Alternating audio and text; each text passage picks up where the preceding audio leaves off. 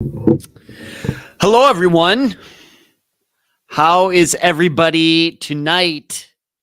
This is Unfound Live for March 4th. We are now into the third month of the year. This time is going by so fast. March 4th of 2024. Hope all of you have had a good week since we all got together the last time. And for all of you who are viewing this live as it plays starting at 9 p.m. Eastern in the United States, you're probably looking at that background, even though it's blurred, and saying, well, something doesn't quite look right. And you'd be correct. I am up at my father's.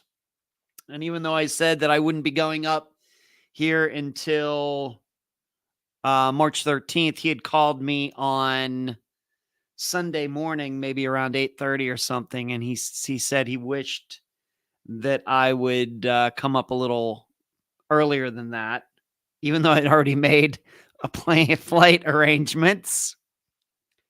So what I decided to do is throw everything in my car, and here I am. I got in my car. I left at about 11 a.m. on Sunday morning.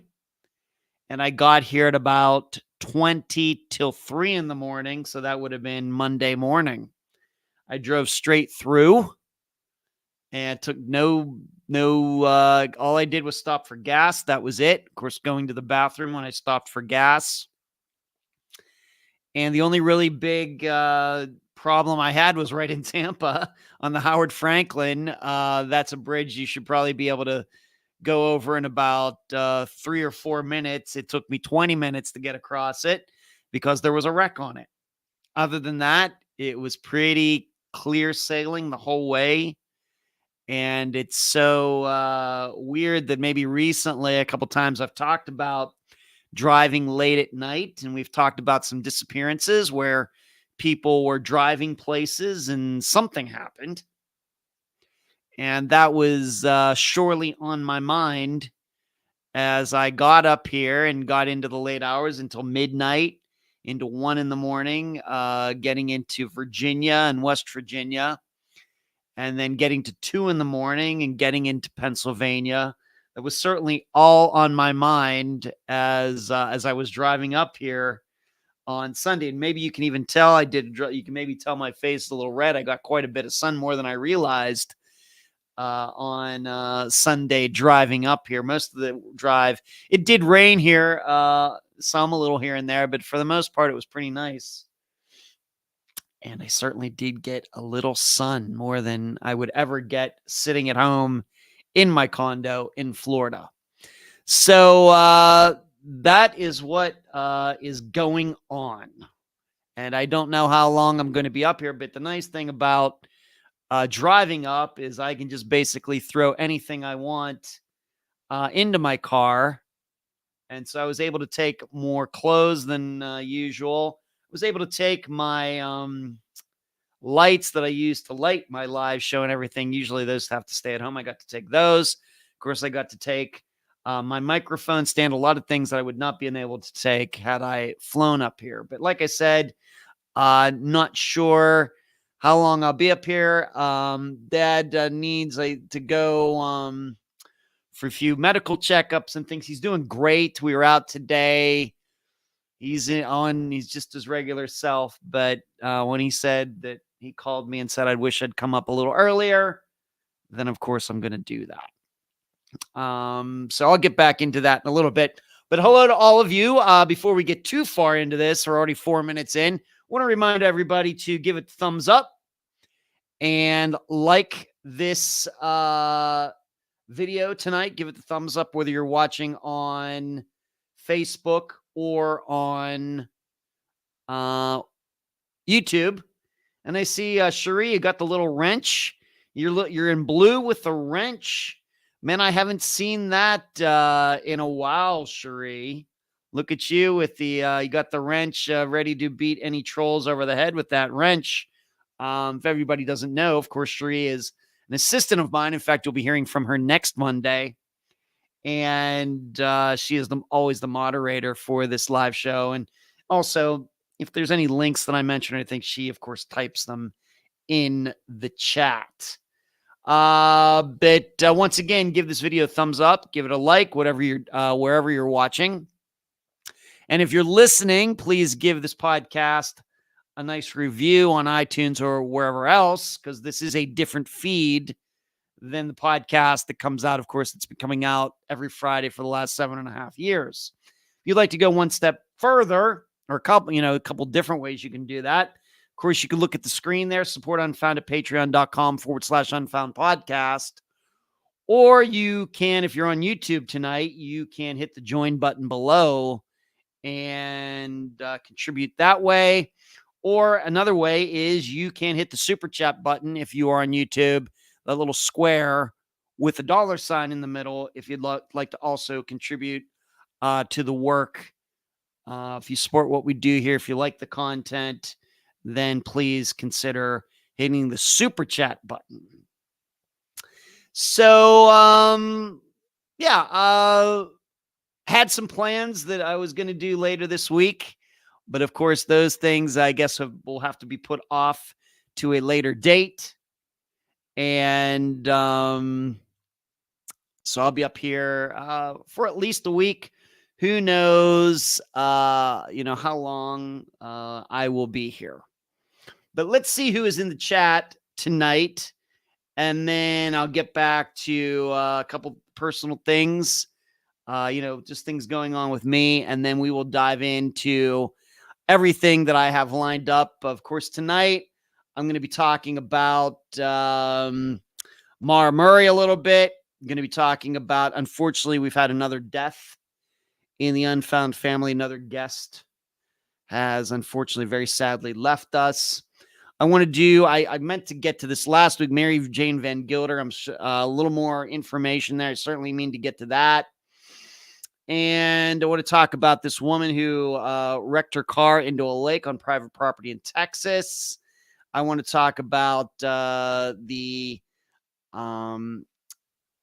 Jam Master Jay murder trial that finally happened. And a couple people were convicted. If you don't know who he is, he was in the rap group or hip hop group, however you want to put it, Run DMC. So got a lot to cover. Have a fantastic show lined up for you.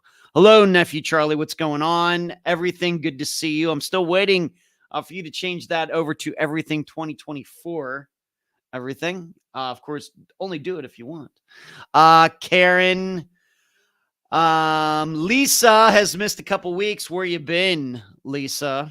Jasmine. Jamie, what's going on from Boston? Boston. You know what? I think of that. What is that? Is that an insurance commercial, Jamie? Your cousin from Boston. What is that? That's some commercial. Suzanne. 2 Suzannes in a row. Wow. Suzanne with a B. Suzanne with an E. Good to see all of you. Fairy. Sheree, thank you for moderating tonight. I hope you're doing well, Sheree. Kelly, new to the chat. Unfound is one of my favorite podcasts. Kelly, well, that's very nice of you to say. I love hearing that. Kathy, good to see you. Always a reliable Kathy here every week, and I appreciate it so much, Kathy. Thank you. Hazel, what's going on, Hazel? Sheree says, I really enjoyed all the assistant interviews. Really nice. Yeah, and then we get to hear from you. Last but not least, of course, Sheree. Of course, Eric's interview. I'm going to talk about that in a little bit. Kathy's saying that she liked Eric's interview today. Excited for the show. Thank you. You're so nervous. That's funny. Jamie, it's a beer commercial, but I cannot even think of which one it is because I'm not a drinker. Yeah, it's right. A beer commercial. There you go. So you know what I'm talking about. Your cousin from Boston. That's so funny. I really don't do accents and things.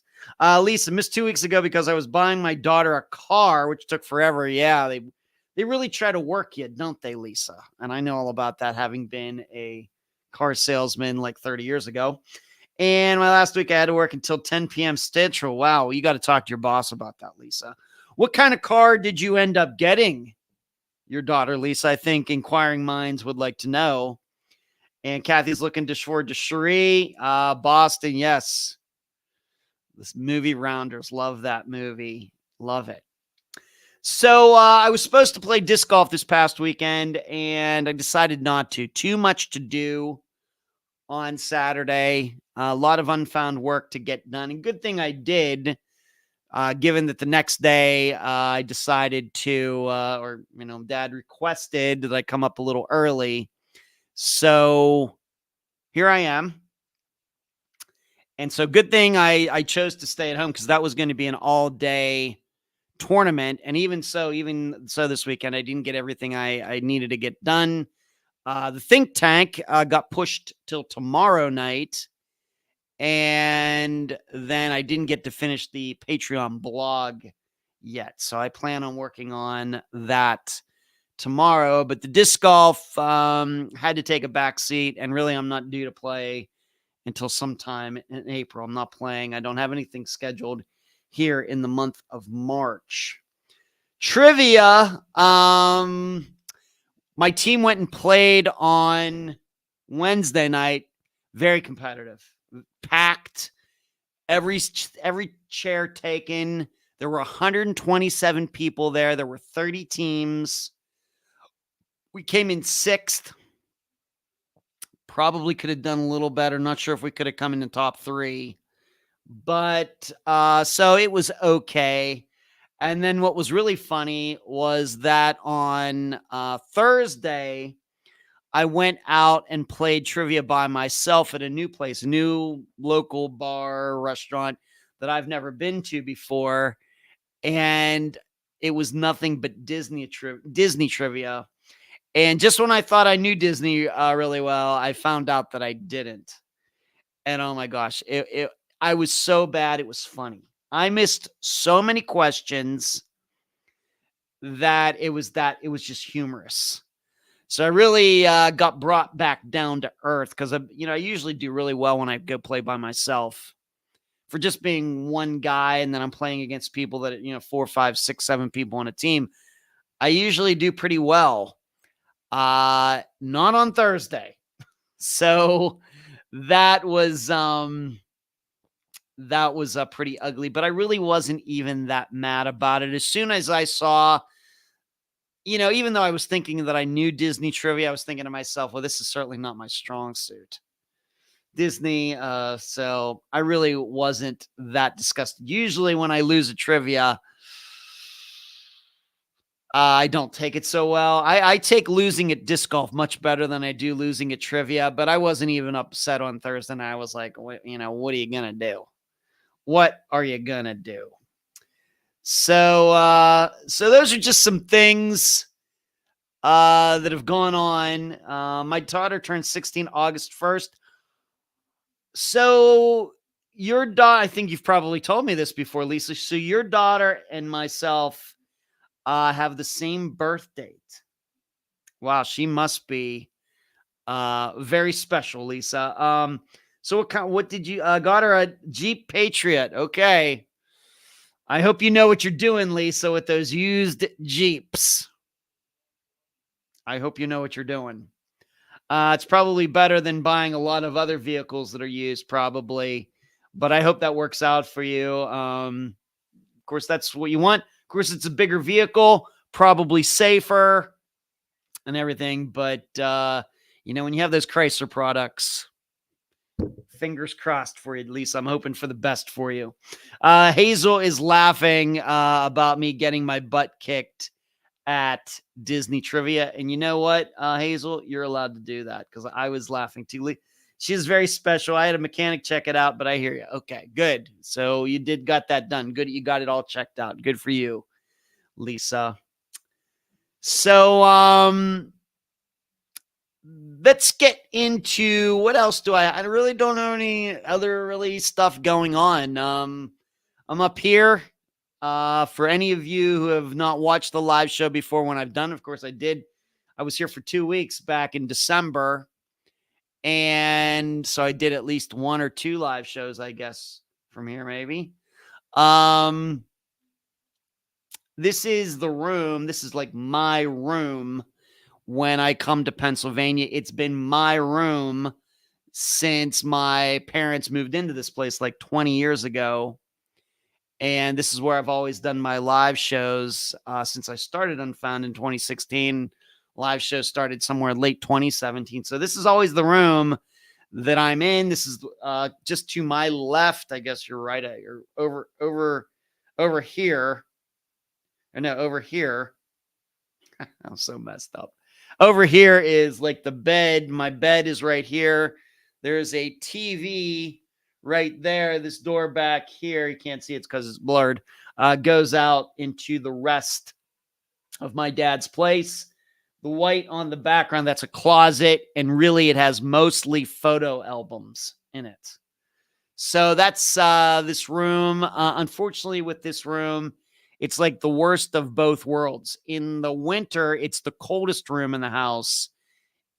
And in the summer, it's the hottest room in the house. So if you're like, when I'm here during the summer, it'll be perfectly fine out in the rest of the house. You come in here, it's like 10 degrees warmer. There is a vent in this room, but it just doesn't, I don't know if it doesn't have enough power, the air conditioning unit, to get enough air in here or something. I don't know. But this has been my room for many, many, many years, going way back. And I have a lot of good memories from this room, but unfortunately I also have some very sad memories of when my mother died and coming up here and being here for a very long time, maybe 10 or 11 days before she died on November 28th, 2018. And then, of course, being here for like 2 months after she died. So this room has a little bit of everything, kind of has that kind of feeling of a little bit of everything. Whereas my condo in Florida, of course, has nothing but great memories, great feelings, and everything in it. Thanks, Ed. Okay, this is where we used to do the live show. Yeah, the live show. No, this is no, Sheree, I'm actually at my dad's now. Maybe if I were to turn the filter off. I'm not in the spare bedroom where I used to do it. Sheree, maybe you misunderstood. I'm actually in Pennsylvania now. I drove up here yesterday. So this is my room at my dad's place. Maybe it's just because you can't see the background. Maybe Sheree's a little confused there. That's okay, Sheree. But yeah, this is my dad's place up here in Renfrew, Pennsylvania. And one more thing, in what I listened to while I was driving up here, listened to a couple YouTube channels that I usually do, but for the last, 9 hours of the trip on Audible, I was listening to Rob Lowe, the actor. He's been in so many things over the years. I was actually listening to his audiobook. He has 2 books out about kind of autobiographical. One came out in 2011, 2012, somewhere in there. And then the other one came out much more recently. I've listened to the other one already. But the last 9 hours of this trip, I actually listened to his first audiobook called Stories I Only Tell My Friends, and it is spectacular. I mean, you talk about a crazy life. You talk about just some crazy, crazy stories about meeting people, growing up with people, women that he dated and everything else. And of course, he ended up having a very bad drinking problem, and he got sober in 1990, 1991. He talks about that. He talks about meeting his wife, who he's been married to for over 30 years now. And but just all the crazy Hollywood stuff.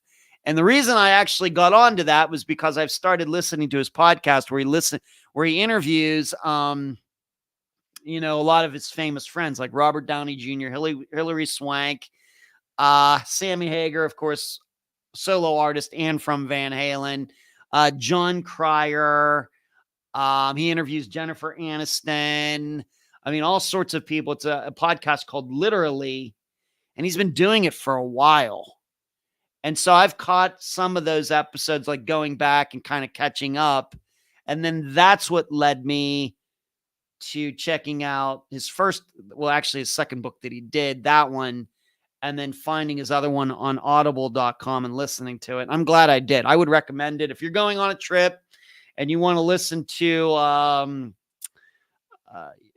really up and down and an all around story about a guy in Hollywood who in the end kind of found his way through a lot of mistakes and addiction and everything, and a guy who's been married to the same woman for over 30 years. They have 2 sons who are like, I guess, late 20s, early 30s now or something like that. And just seems like a really good guy. I don't know how big of a fan I am of him as an actor. I really don't know, but it is fascinating, absolutely compelling, and really made. I'm telling you, you get into something like that, and it's amazing how quickly the miles just fly by. If you're listening to it and it's really compelling and everything, it's amazing how fast the time flies by.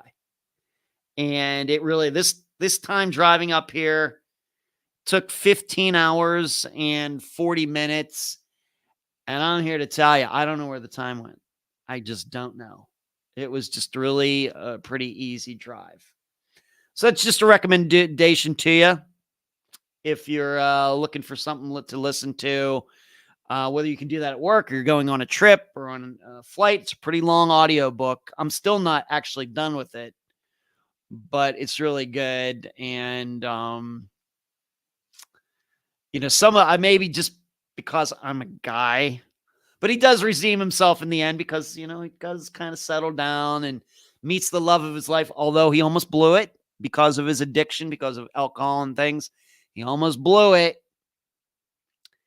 But the crazy, it's not X-rated or anything. It's certainly R-rated audiobook. But some of the crazy stories about meeting famous women and things that go on, and then meeting famous people. It's just, it's almost like Forrest Gump. It's just like that, just running into these places at these particular times when things are happening. It's amazing. So there you go. All right, let's move into the body, the meaty part of this live show tonight. Once again, as you are watching tonight, please give this thumbs up. And I deeply would appreciate it. And I should say, we're getting, let me see what the number is. We're getting very close to 17,000 subscribers on this channel. Where are we? 16,991. We got 8 more to go. So we're certainly going to get there. 16,991 subscribers on the YouTube channel. And yes, if you're going to watch the videos on here and everything, please become a subscriber. Please do that. So the meaty part, I can't really talk about to compare the Sylvia Galvin poll because we haven't done the think tank yet, and I haven't finished the Patreon blog yet. So we're just going to hold off on that until the next show. And so I'll just do next week's poll, this week's poll, and next week's poll together next Monday night. So we are just going to skip that. And I want to go first because this has been on my mind and it's so weird. Hello, Brian, for the thumbs up. What's going on, Brian? How are you?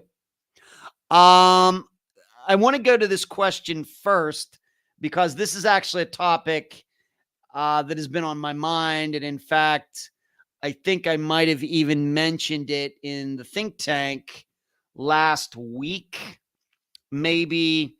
And it has to do with these, maybe I mentioned it last week during the live show, but I'm going to bring it up again. I had Penny this evening ask me this question. It has to do with the wildfires in Texas. And you should know, a listener of Unfound actually sent me a picture from that area around Canadian Texas where I was. Man, it's hard to believe it's going to be 5 years this summer. Don't know where the time goes. And how all of that area around there has been burned. I will admit I've not gone and looked at a map of the area to see all, if Lake Marvin Road, all those places we now all know from Tom's disappearance. But Penny asked me, and like I said, this has been on my mind. The wildfires in Texas burned the lands around Canadian. Did any fires burn the area where portions of Tom Brown's remains were located? If so, would it be helpful to search those areas again? This is something I brought up. Now, it's a very interesting question to me, and maybe some of you are like, well, that sounds crazy. But you really, really, really have to know Unfound's history to know how insightful a question like that is. Because we do have experience with the disappearance of Ronald McNutt, who went missing in California. I forget how many years ago now. But he went missing after dropping off, was it his grandson or his nephew? And he was supposed to be going to work, never showed up at work. Neither he nor his truck were seen. Just didn't get to work. He and his truck went missing. And then a few years later, a wildfire went through somewhere in Northern California. And some rangers who were out there after it all had gone through, kind of assessing the damage, what do? They come across a truck with a skeleton in it, in the driver's seat. And it was determined that that was Ronald McNutt's truck. And it is just taken for granted that that is Ronald in the truck. Even though the story, and this is something that just came up recently in talking to Ronald's daughter, Leslie, who was the guest way back when in like 2019, that the remains, the skeleton were so badly burned that they could not get any DNA or anything like that off the skeleton, seemingly, allegedly. But I think we're also thinking there's no reason to not believe that it's not Ronald in that truck. And what it seems, who exactly knows what happened? It might have been an accident, but unfortunately, given that he didn't go to work and it was so out of the way from where he lived and everything else, we almost have to believe that it was some sort of suicide, that he just took his truck and drove off this mountain road. Just like off down. And they could then, in retrospect, they could look back and see kind of these damaged trees or something that he had have gone over. And it is believed that, because he had no reason to be up there otherwise, that it was suicide. But what I'm saying here is, had those wildfires not come through there and cleaned out the trees and the leaves and pine needles and everything else, that truck, with his body, presumed his body to be in it, might have gone missing forever. And this is just once again, like we talk about Esther Westenbarger and Daniel Villarreal, this kind of a luck that goes along with some of these disappearances, many of these disappearances being solved. And with Ronald McNutt, it's the same thing. So here we have a situation, truck and guy are missing. Fire goes through, thins everything out so you can see a lot better. And they come across his truck with most likely Ronald's remains in them. So Penny is asking, is it now, if those areas were really burned? Of course, we know, any of you have been around long enough. Lake Marvin Road, out there where part of Tom's remains were found. And, where portions of Tom's remains, was that land burned? I don't know. However, I do believe that if, I'm certainly hoping, I really don't know what the stories are coming out of that area of Hemphill County, but it does sound pretty bad. I don't know if anybody's have lost their houses. Maybe a lot of people have. I have to admit, I don't know. But if it got close enough to Canadian where some people on the outskirts of town had fire damage, lost their houses, lost their cars, then I have to believe then that yes, it would. I think that it would be a worthwhile um, event, a worthwhile pursuit to get some people together and go out. If Lake Marvin Road got burned and a lot of stuff got thinned out, absolutely. Would I be thinking that if I didn't know about Ronald McNutt? I don't know. But being that I do know that a forest fire, essentially a wildfire, essentially solved a disappearance, then I think we must consider this then for Tom's disappearance as well. I think that because we have to remember only 30% of him was found. The other 75 or 35%, the other 70, 65% is somewhere. Now, if you believe that he was murdered, then you maybe believe those remains were maybe buried somewhere.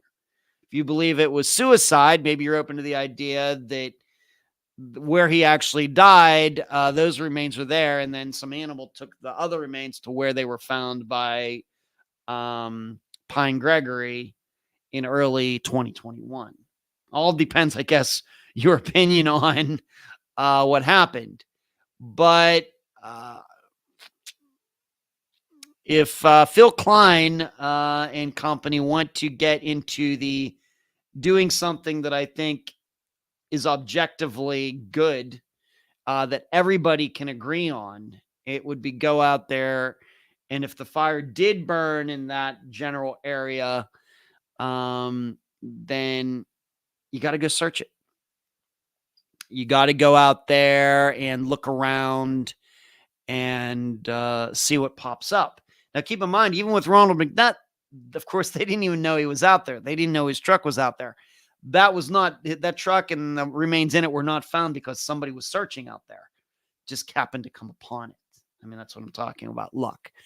So I think it would be helpful. I think it is worth the while. Once again, if you're going to tell me that the area around where his remains were originally found got burned, absolutely.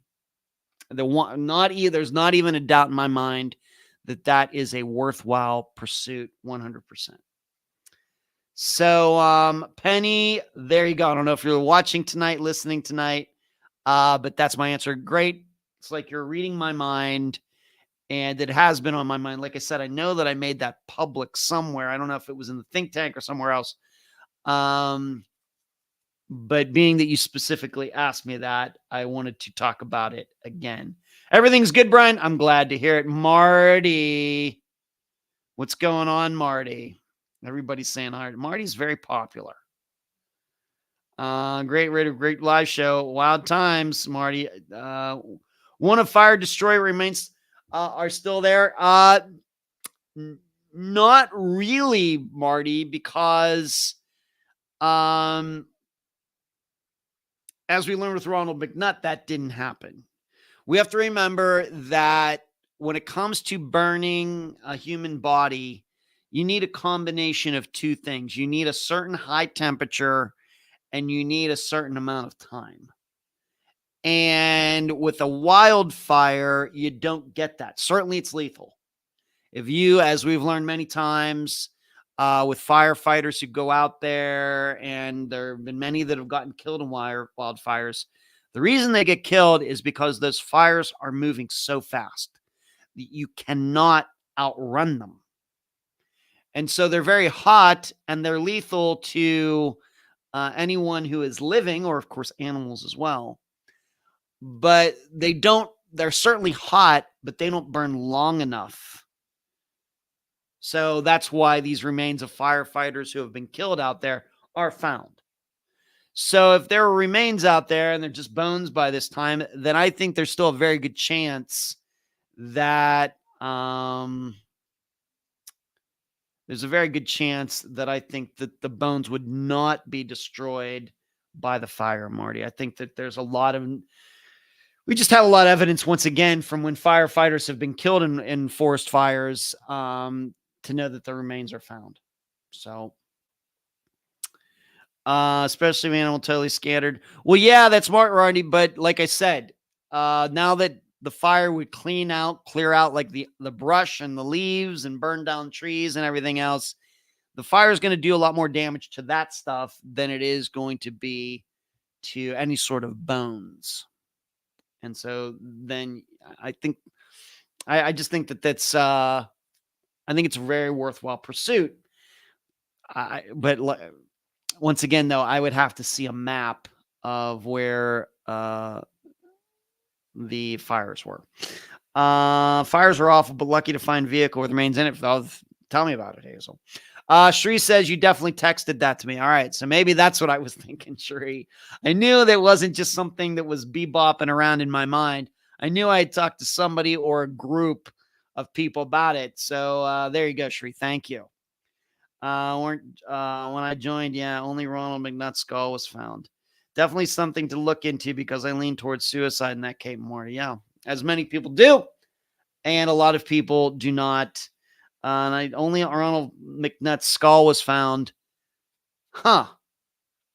That's not how I remember it, Kathy, but I know you have a really good memory and you study these things. You keep up on these things. Like I said, maybe it's just because I got so many disappearances in my head. Maybe animals at that point had come along and gotten into the truck or something. I don't know. That is something, though. So that was Penny's question. Tom Brown, how does it relate to these fires that are locally there? In a nutshell, all depends on where the fires were.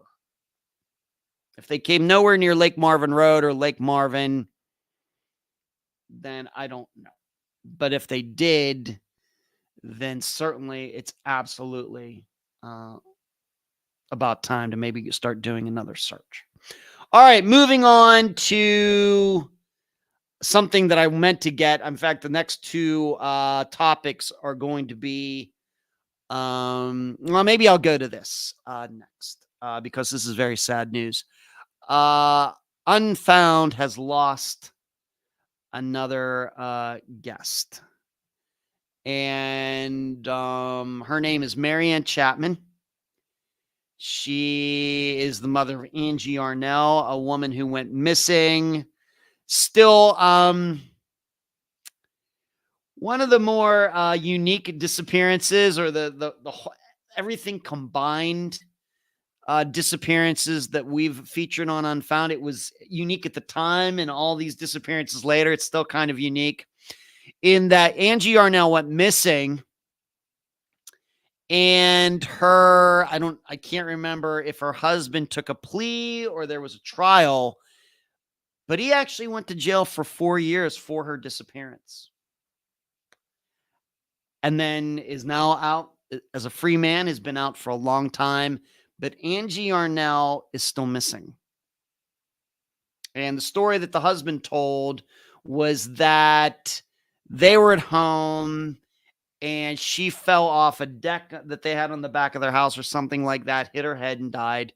And he wanted to bury her on a nearby island, this lake, and there's an island out there, something. And in the process of taking her body out to this land, this island, I don't know, in a canoe, I don't know. He said her body fell out of the boat. He jumped in to try to find it. He couldn't find it. Never seen again. And allegedly, he took some police divers out there to approximately the location, and they couldn't find anything. But he went to jail. I'm pretty sure it was for 4 years, and he has now been out for a very long time. That's the disappearance of Angie Yarnell.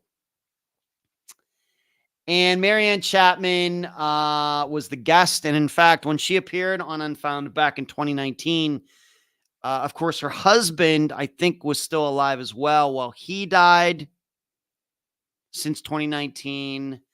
And then Maryann was diagnosed with esophageal cancer. Was it sometime in 2023? And she ended up dying, I believe, yesterday. And she never stopped looking for her daughter. And it's just one. I will tell you that I hadn't talked to Maryann in a while. We were on very good terms, but it's just how things are sometimes.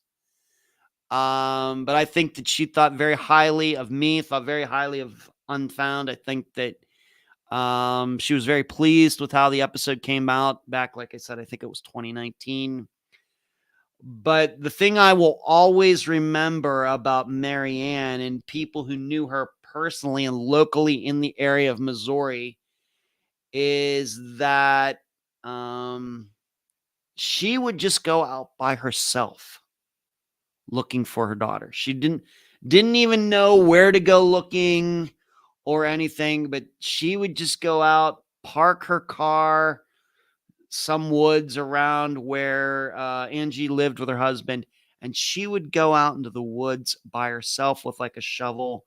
And if she saw anything suspicious, she would start digging by herself. And she was not, no offense to Maryann, rest her soul, she was no spring chicken. So, I mean, I just can't imagine it. And I heard that from multiple people. My assistant Carrie, you got to hear from a few weeks ago, knew her. I think met her. In fact, that's originally, if you go back to Carrie's interview, she talks about how the way she and I got to know each other is because she lives near there, and she went down to Ivy Bend and took a video, and that's how Carrie and I first became acquainted, through the Angie Arnell episode. And then there have been some other people that I've talked to who knew Maryann, knew her personally, met her in person. And they all said the same thing about how Maryann was just relentless. And this was a few years ago. Somebody can look it up, but I think Angie's disappearance took place back in the 2000s. So we're talking 15 years ago, 17 years ago, or something like that. And Maryann, that whole time, was always looking for her daughter. It hurts. It hurts, baby. But she has passed due to cancer. And I really don't even know how old she was. And it hurts. I like I say, every time, going back to the first guest that we ever lost on Unfound, Jessica Curtis, of course, Tyler Stice's sister, it hurts every time. Even though I don't think that I ever met any of these people in person. Of course, I kept in contact with some of them, like Jennifer Wilkerson's mother, who died. I talked to her quite a bit after she appeared. But even for the ones that I didn't talk to as much, it hurts every time. And even in the situation with Jessica Curtis, I know that it's in my Messenger. I had a back and forth with her on Messenger like 2 days before I think she committed suicide. I think she committed suicide on a Tuesday. And I think that I had a back and forth conversation with her that preceding Sunday, just 2 days before. It hurts every time. And I have to admit, I feel like I let every one of them down. Because I think most, if not all, of these guests who have passed, they all died, and their disappearances are still unsolved. Whether it's Jessica Curtis or Jennifer Wilkerson's mother, or we could Megan Lancaster. There's quite a few now. I didn't count them up getting ready for tonight, but it has to be 8 or 9 guests now. So, I mean, they just lives that, I just don't know. Just living like that. So, they can't imagine it. Just can't imagine it. Even though, of course, it's never happened to me. As all of you know, I never try to put myself in their shoes because I can't. I've never had anything like this happen to me.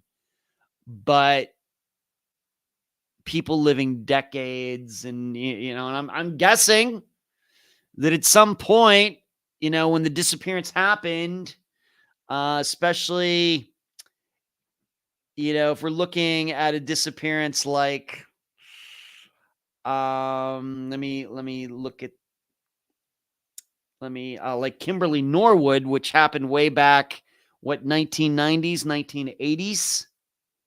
Her mother, Janice, of course, Janice is deceased now, but I'm guessing that when Kimberly went missing, Janice and her husband, of course, some people, I have to admit now, some people have been suspicious of Kimberly's father. I don't necessarily buy into that, but, I'm them thinking at the time, well, surely this is going to be resolved someday before we leave this earth. We're somewhat young. We're probably going to live a while. Who knows what can happen from day to day in life. But if we live to be 70, 75 years old, Kimberly's disappearance is going to be solved. And of course, hopefully she's alive. And then they live all of those years and it's not resolved at all. And I think back to what Regina Marie Boss's sister, her sister Janelle, who's the musician. I remember it like it was yesterday. And that was an interview I did way back in 2016. It's so weird. The kind of the things that stick with you, just a sentence or two that a guest will say that just seems so on point, that I can remember Janelle saying in that interview. You can go back and check it. I'm pretty sure it's in the interview. I know she said it to me. Did it make the interview? I think it did. But when Regina went missing, was it around the year 2000, something like that, maybe a little earlier? Janelle went to some missing persons event. And at that point, Regina had been missing for a year or two. And, Janelle was running into families whose disappearances at that time were like, 10 years old, 15 years old, 20 years old. And Janelle, when I interviewed her in 2016, said, I can remember thinking back then, oh, it's never going to, it's going to get resolved way before that. I'll never get to the 5-year mark. Well, surely Regina will be found one way or the other within the next 5 years, within the next 10 years, within the next 15 years. But then Janelle said, well, here I am, 16 years later, 17 years later, however long it was. And here I am. Never thought that it would get to the age of those other disappearances, and it did.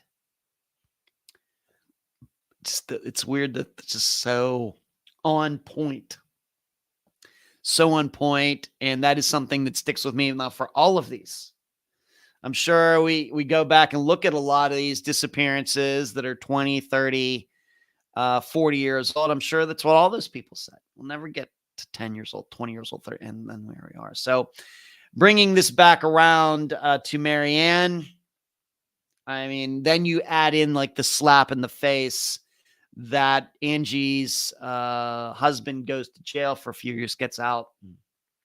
It's like the disappearance never happened. I just don't know. So very sad, but that's kind of what we do here, to be honest. That's kind of what we do. Let's see.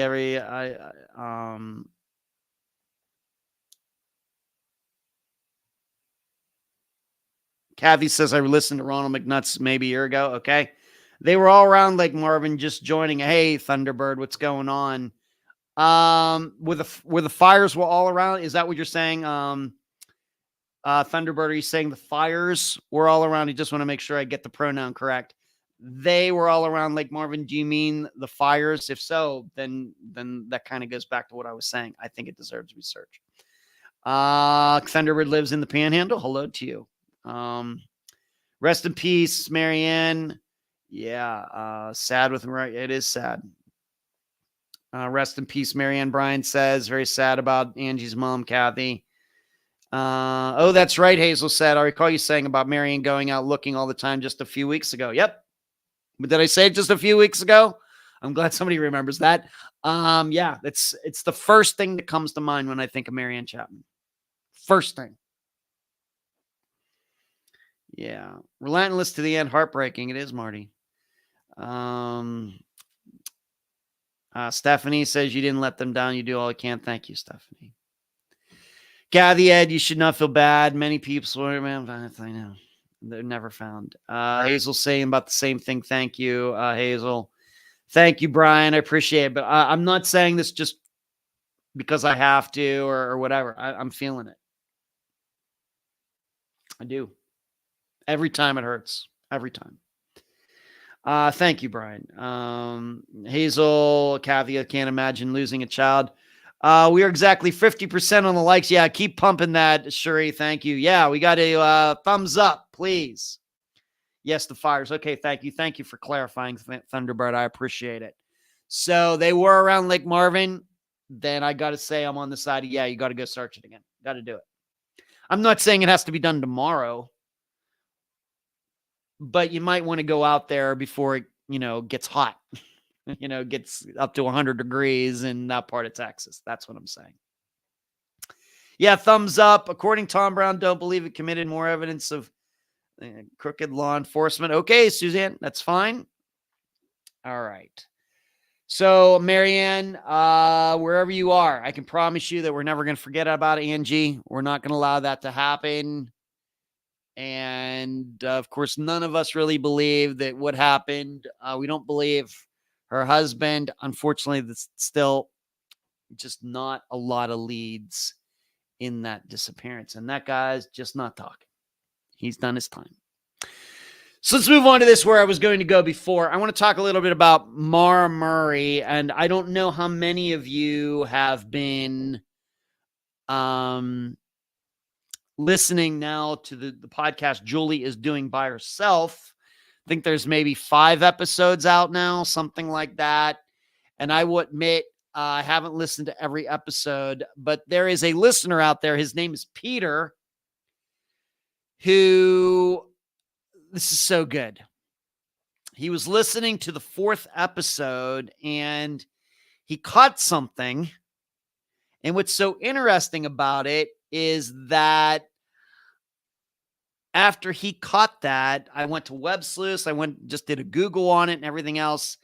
And it doesn't seem, Julie, no criticism, her fully support it. It just seems like I knew this was a new piece of information, even though I'm surely not an expert on Maura's disappearance. But even when Peter told me this, I was like,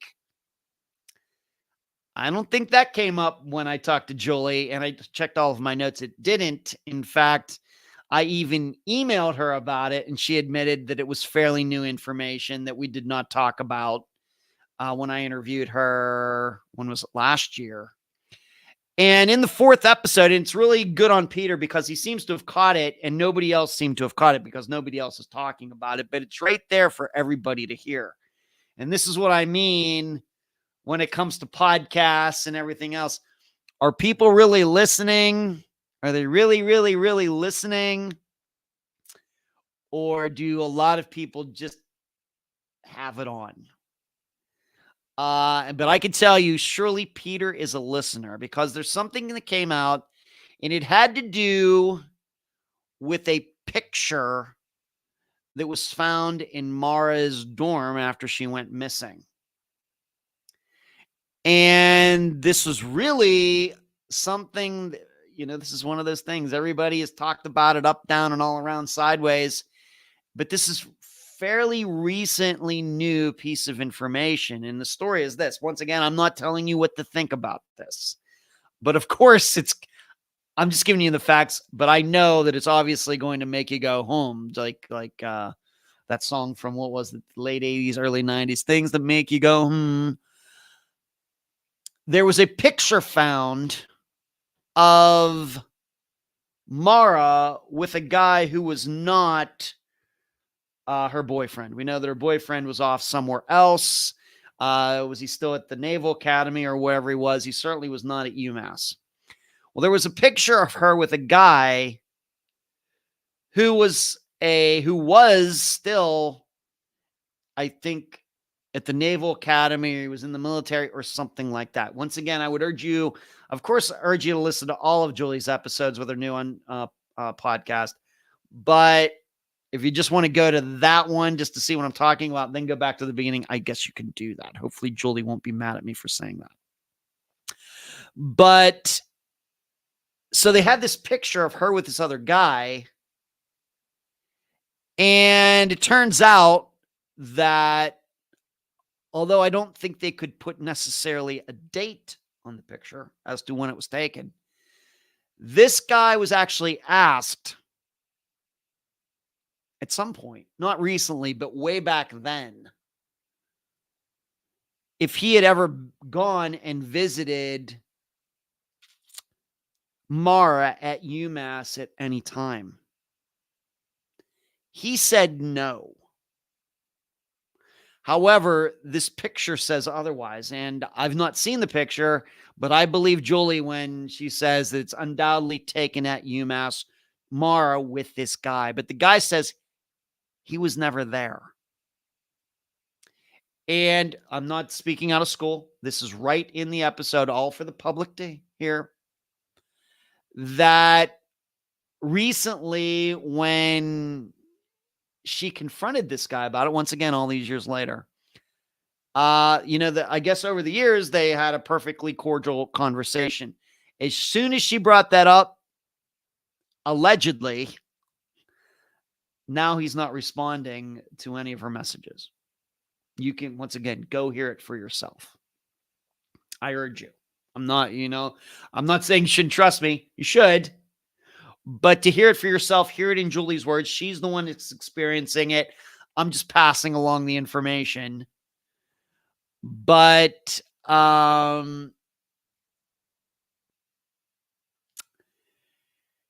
this is certainly something. Now, does that mean, what does it mean? Well, it could mean a lot of different things. And I realize that a lot of people, well, we caught this guy in a lie, seemingly.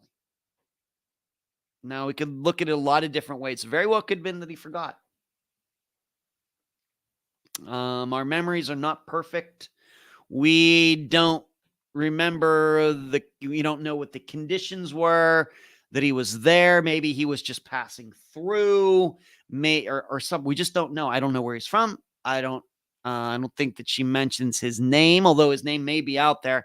I don't think she mentions his full name in the episode. I don't remember. There could be some different reasons. Maybe just forgot.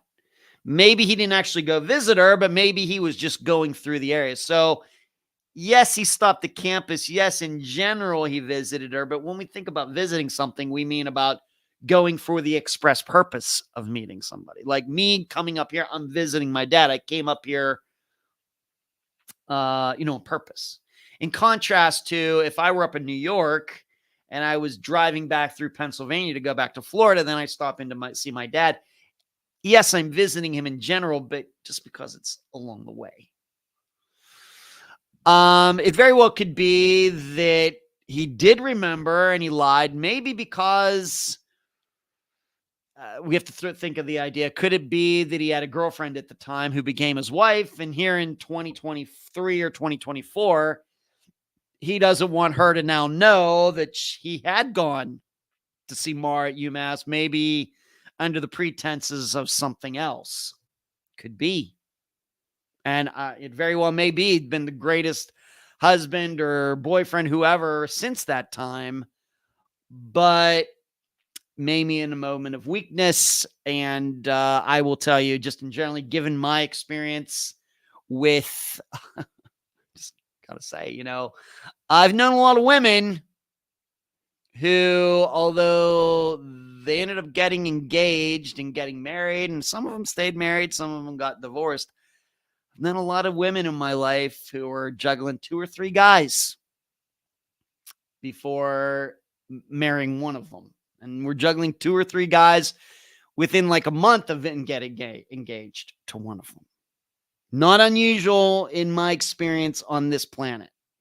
So maybe that's what we're talking about. And he doesn't want to talk about it, and because it's just going to be embarrassing now because he told somebody very important to him a lie back then. We just don't know.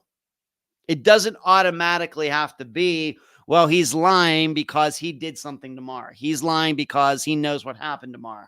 We should not jump to that conclusion so quickly. Now, once maybe, now why haven't a lot of people kind of jumped on this?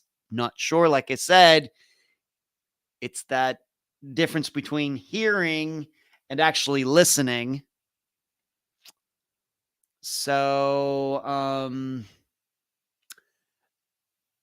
but I think eventually, maybe now I haven't checked in the last few days. Maybe it now has come up on Web Sleuths, for example, where people talk about these things, or Reddit, where I don't go to Reddit. So there is that new piece of information. I'm not talking out of school on anything here. It's in that, like I said, I think it's the 4th episode, and it was a listener, an Unfound listener who's obviously listening to her podcast as well, who brought it up to me, asked me about it, said, doesn't ring a bell. I'm going to have to listen to it for myself. And so that is my opinion on it. I'm just going to ask anybody not to jump too crazy to conclusions on this. Certainly needs to be resolved. It's certainly something that deserves to be pursued. I don't care how, even if it's totally something that has nothing to do with the disappearance. We don't know. I don't care if this guy is embarrassed by it or not. But there's the picture. He was there. He says he wasn't there. Somehow that got to be resolved. No matter, of course, especially if if you think there are more other facts to lead it, something that you make sure that it's not something serious. So you have to go into it, I think, with a very just a very objective mind. So you go listen to it yourself. Like I said, the 4th episode of the new Maura Murray podcast. And, what do you think about it? Let's see. Let's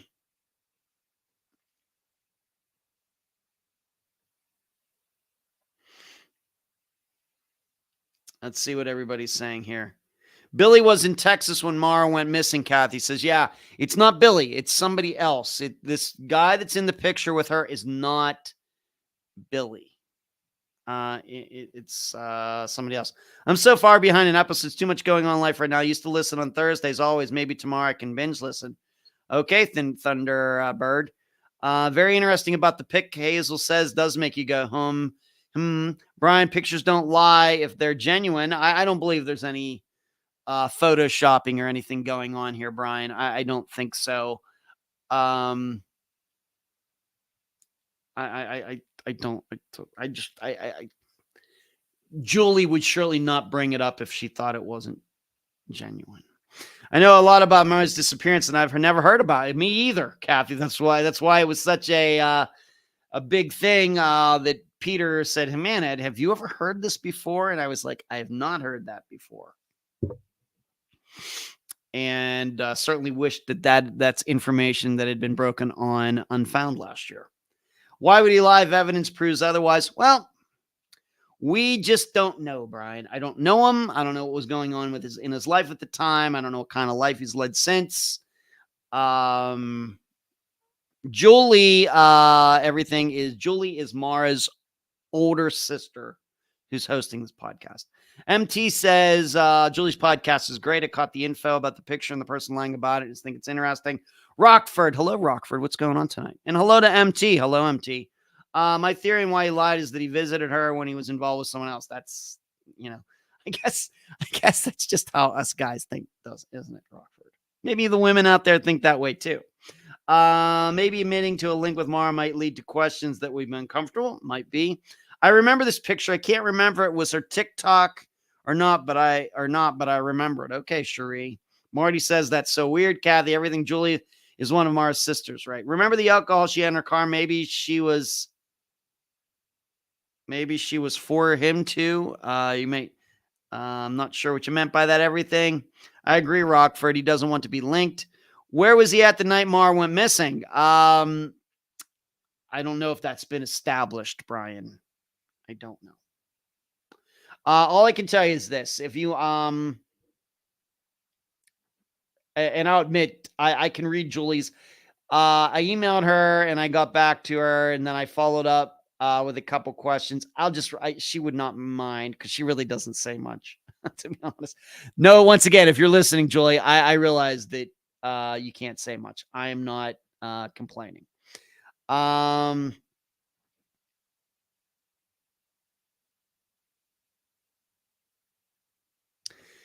What she says is the info about him, this guy in the picture, is relatively new within the last 2 years. So I guess she didn't know about it last year and didn't want to talk about it.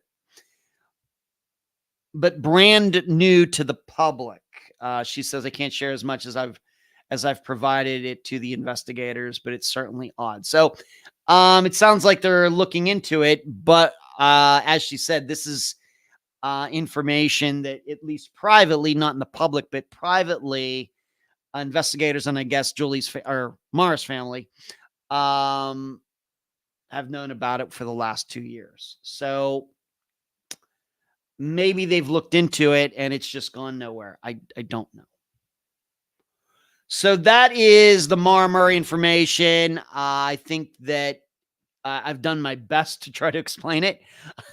But once again, I'm going to say it, this for maybe the 5th time. You just need to go to Julie's podcast and go to that, listen to that episode, or maybe just want to start at the beginning and be patient and get to it. I think that the podcast is maybe now on episode 5 or 6 now. So, and it's not like Unfound's episodes that are like all 2 hours long. So maybe you can start at the beginning and you can get to that part in episode 4 fairly quickly. All right, moving on. There was something that struck me. Maybe I'm not saying I'm unique in this respect. Maybe it even came to your mind quicker. And it had to do with Mary Jane van Gilder.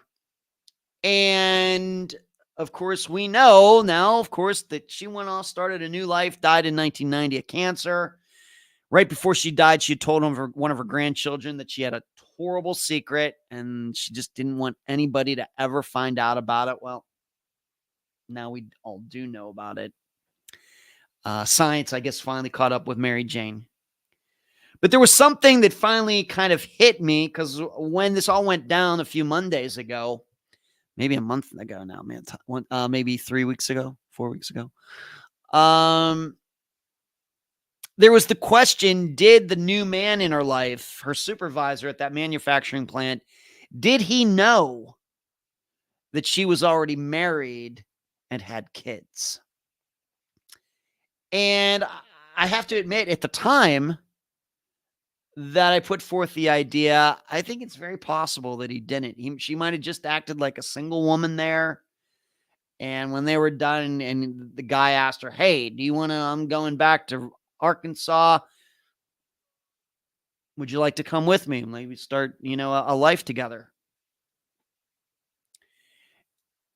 And it certainly seemed plausible to me because, of course, the opposite would be that he did know and he had no problem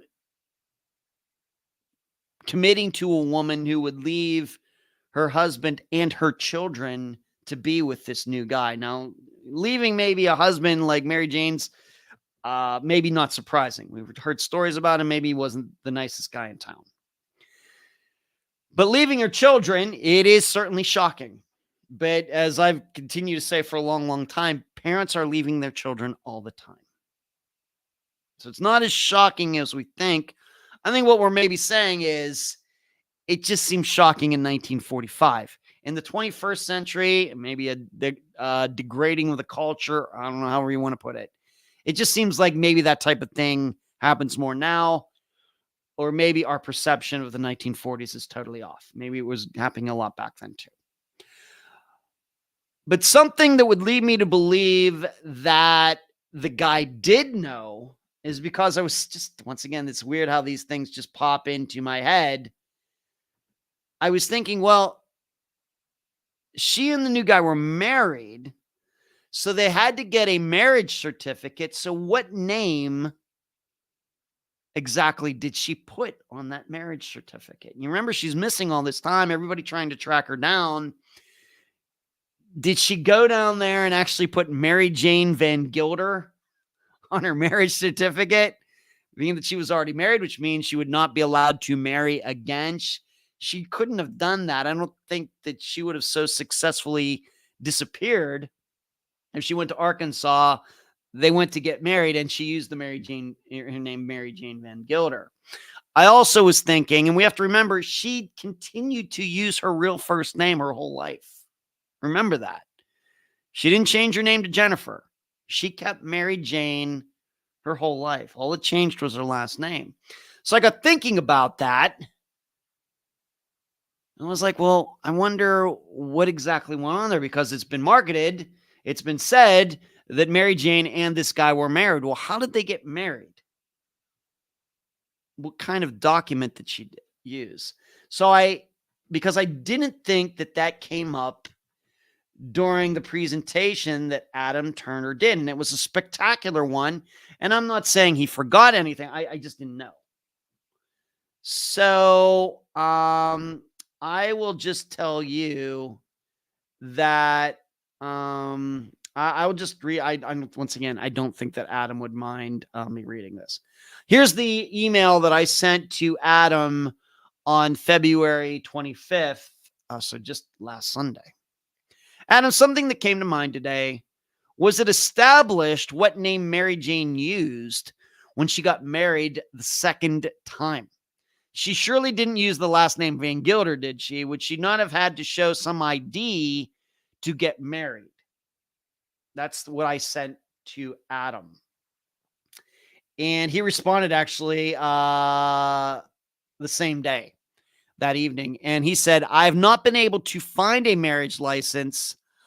I'm not sure they were legally married. So, of course, we know that the disappearance is resolved. I don't know how much work Adam is continuing to do on this. As a police officer, investigator, I think this case has come to a close. So, even I could say that this probably is not worth a lot of his time, because we know now what happened. His job is to find out what happened to her. He did that. As far as all these technicalities, maybe that is best left to us out here in the public. But he admits, and it does sound to me like he did try to find one. I've not been able to find a marriage certificate. I'm not sure they were legally married. And if that is the situation, then absolutely we have to believe that the new guy absolutely knew that Mary Jane van Gilder was already married and had kids. So it's kind of a debate that started back when this all came out. Did the guy know? What did the guy know, and when did he know it? Did that guy who died first, did he go to his grave thinking that Mary Jane had never been married before and never had any kids? Or did he find out later, or did he already know from the time they first met that she was a married woman, and the two of them decided to run off and her hide anyway? This would lead me to believe that the guy knew. So if anybody was wondering about that, maybe some of you were thinking the same thing. Well, if she got married again, how did she do that? It very well may be they just said they were married. That's what they went down to Arkansas, started their new lives, and they just told every people, oh yeah, we're married. So there's that.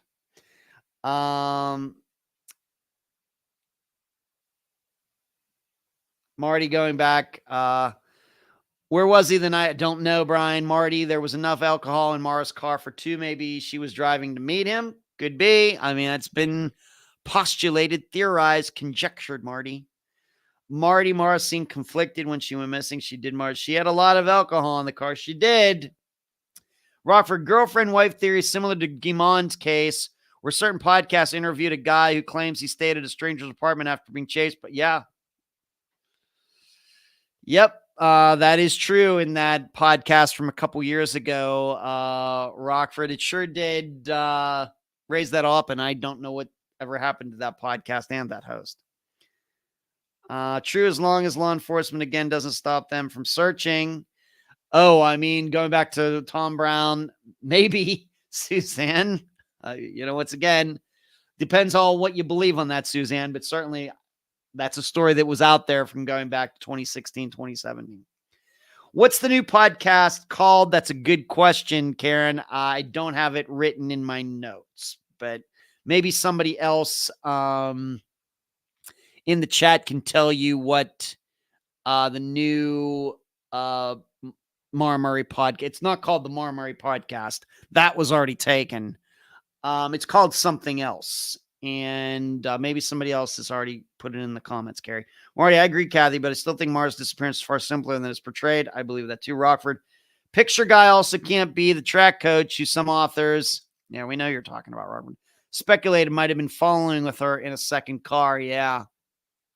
No, it's not that guy, Rockford. It's not. It's some, I think it was just some guy that Maura knew from when she was going to the Naval Academy. I think. Cult of Bunny. Oh, hello. What's going on? Hello. There you go. Marty, I think it's very simple regarding Maura DUI. Yeah. What's Julie's podcast called? Yes. Media Pressure. There you go. There you go. Thank you for getting that, Marty.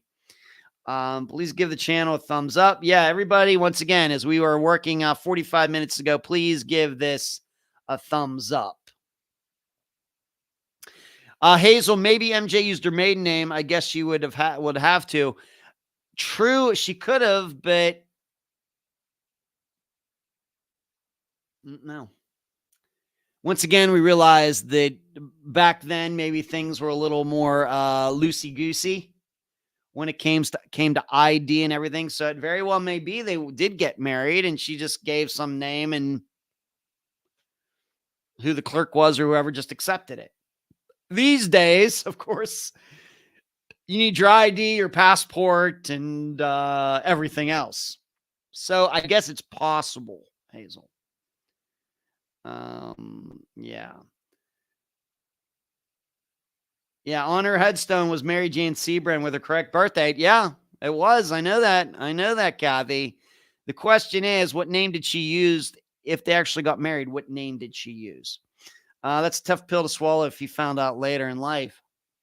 It would be, but I guess they stuck together through thick and thin and all of that, Marty. Maybe got to the point where she had to tell him for some reason. But if Adam Turner, who is certainly the expert on Mary Jane's disappearance, is going to say that I'm not sure they were legally married, then I guess the rest of us might have to lean toward the idea that they were also not legally married, which means there's a reason they couldn't get legally married, and it's because Mary Jane couldn't use her real name to get married. I think that's a very logical progression, and that, I think that's maybe what Adam's trying to say without saying it. Yeah, she went to West Point. I'm not Naval Academy, the military academy, the Army Academy, not the Naval Academy. Thank you for correcting me. Thank you for correcting me, Kathy. There you go. I knew it was one of the service academies. So that's Mary Jane van Gilder, and there's no marriage certificate that anybody can find, and could lead us to believe that the new man was in on her. Maybe he's the one that thought of it. You shouldn't go back to West Virginia. That guy's abusing you and everything. You're not really going to go back to your old life. It very well could have been the guy who convinced her to go. Maybe it wasn't her idea in the first place. I guess that's possible. Was she married in the same state both times? No, if not, that might be your answer. One state might not track another's. Well, it was West Virginia and Arkansas, Rockford. And, we know marriage records go way, way, way back. You can find marriages going way, way, way back in the United States. And if Adam Turner hasn't been able to find any proof, of course, he doesn't have to look. It's easy enough. He doesn't even have to look for Mary Jane van Gilder. He just has to look for the guy's name. And being that he can't find the guy's name anyway, I guess this is what's really the part that says, yep, they maybe just said they were married and weren't really married. Rebecca joining the channel. Rebecca, look at you. Thank you so much. Look at you in the green, Rebecca. Looking good in the green.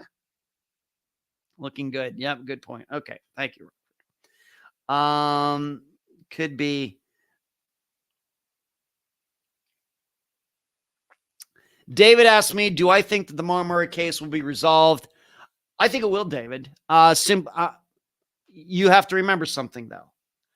I think it will be resolved because of what I think happened to her. All right. I think that she did run off. I know, these footprints and everything. Well, there was no footprints and stuff. That doesn't mean anything to me. She could have run down the road a mile and then jumped into the snow. And the way we know they do searches, come on, they're not going to see footprints a mile away. They're just not going to. It's crazy. I mean, somebody posted that on YouTube and I had to point out the math of it. It's just crazy. But according to what I think that, yes, it's certainly possible. Now, if David, I'm not telling you what to believe, but if you think that she was picked up by somebody and murdered, or you think that she was picked up and started a new life somewhere, then in my opinion, that makes it less likely that it will be resolved. But my opinion is that she did run off. I don't think she really made it that far. And because of that, my opinion, if Julie thinks something else, her family thinks something else, fine by me. But being that I think she ran off, I am not inclined to believe she made it far, then certainly there's always the chance that one day somebody will stumble upon remains somewhere in the mountains around there. Whereas if you believe that she got picked up by some killer, then she could be anywhere. They said they were married, but weren't. It's simple. Yeah. My husband and I had a wedding, but no certificate. So it does happen. All right, Thunderbird. Thank you for filling us in. My husband in quotations. That's a very interesting quotations, Thunderbird. Marty, I think it's going to take some luck to find her, especially since she may have gone missing on private property. I think that's a huge factor in Maura's disappearance. Charlene, where you been, Charlene? Rebecca, thank you. Look at you with the little smiley face. Thank you for the support, Rebecca. Really appreciate it. Charlene, hi, everyone. Hi, Ed. Hope you're all having a great day. It's now 3:22 a.m. in Ireland. Yeah. Good to see you, Charlene. 3:22. Yeah, that's about when 3:22 Eastern time is when I got to bed last night, and I had to take a snooze this afternoon. Moving on. I'm going to be doing a Zoom class at the end of this month, March 28th, with a communications class, some sort of journalism class at Texas A&M. And I'm not going to be talking about disappearances. I'm just going to be talking about podcasting. So I'm looking forward to it. It's going to probably be very similar to the presentation I made to the high school students at Largo High School back in November. That one also sounds like it was yesterday. Feels like it was yesterday, but that was way back in November. I'm going to be doing something like that. And I'm really looking forward to it. I got to talk to the professor the end of last week. She's excited about it. I'm excited about it. And I'll be doing it over Zoom just for the class. I don't know if it's going to get recorded or anything. But if it does, I will try to get that MP4 file or whatever it will be and post it right here on the YouTube channel if you'd like to watch, after the fact. You can't watch it live. It's just for that class. But if I get a recording of it, I will post it on the YouTube channel. So anyone who wants to check it out, what I have to say about getting into podcasting, being a podcaster, and all of that. Once again, that's going to be March 28th. And I want to remind all of you, please give everyone give this video a thumbs up. We got about 35 minutes left to do that. So do not forget. Brian says his friend just flew to England. Thanks, Marty. David says, you ever covered the Lars Midtak case? I have not. David, is that the one? I recognize the name. Is that the one where the guy went running out of the airport? Or is it a different one? Well, it's cool. Thank you, Thunderbird. Yeah, nice one. Yes. Thanks, Hazel. Yeah. Speaking of colleges, not this Thursday, but next Thursday. So mark your calendars. 7 p.m. Eastern, Dr. Telesco and I will be getting together again. And the topic will just be, we do this once a semester now. It will be the anatomy of a disappearance. What makes a disappearance a disappearance? How do we define a disappearance? What are just, once again, the anatomy of it, the start of it, the investigation of it. Does it get resolved? Does it not get resolved? Why do these things happen? And everything in between. I've done this, like I said, I think twice before. And probably I'll do what I did the last time. And this is really what I do when I do the presentations in person. When I explain, I just use myself. I'm not going to get into other people or disappearances that Unfound is covered to use it as an example. I'm just going to use myself. So I'm supposed to show up for Dr. Telesco's show at 7 o'clock, and I'm never late for anything. Well, never, not never, but you know what I mean. And I don't show up for a show at 7 o'clock. Well, when exactly does the disappearance start? Does it start right that second? Does it start when people actually start to try to contact me, messaging me, calling me, emailing me, and I'm not responding? Does it start when somebody finally goes over to my condo or up here to Pennsylvania and finds that I'm not, and the person finds that I'm not here? When does it actually start? And then how does everything progress from there? That's what I call the anatomy of a disappearance. And that will be next Thursday, March 14th at 7 p.m. Eastern, and it will be on Dr. Telesco's YouTube channel. That is, of course, the Fischler College of Education and School of Criminal Justice YouTube channel.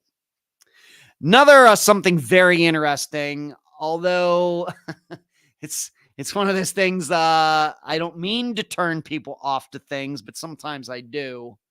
Maybe I mentioned this recently. I spoke to a production company recently. It was just talking. I really didn't reveal that much. And this production company was thinking about covering, once again, Janelle Matthews' murder, the trial of Steve Pankey, all that. And in just a half hour that I talked to this person, I think I actually talked that company out of doing anything, because I had told them, well, there's at least 2 other productions that have already occurred, and they're already going to be coming out this year. I didn't give any names or anything. Well, I did give names of one, not the one back in December, but the other one I did. And I think just by saying that, I really turned this guy who was accumulating the information off to it, because I think maybe they were wondering, well, maybe this is getting overdone. So I think that kind of happened just at the end of last week. I spoke to a young woman out of California, out of, I think, Orange County, California. So Santa Ana, down that, Anaheim, that area. And she was thinking about maybe doing a documentary on the young men, all the young men who went missing in San Francisco, what they call the San Francisco Five. And if you don't know, we've covered 3 of those disappearances on Unfound. Maybe one of these days we'll get to all 5. But we've, of course, Cameron Remmer, Jackson Miller, Sean Dickerson are the 3 young men. We've had episodes on them. The other 2 are Christian Hughes and Sean Seedy. I have spoken to Christian's mother, but it's been a while.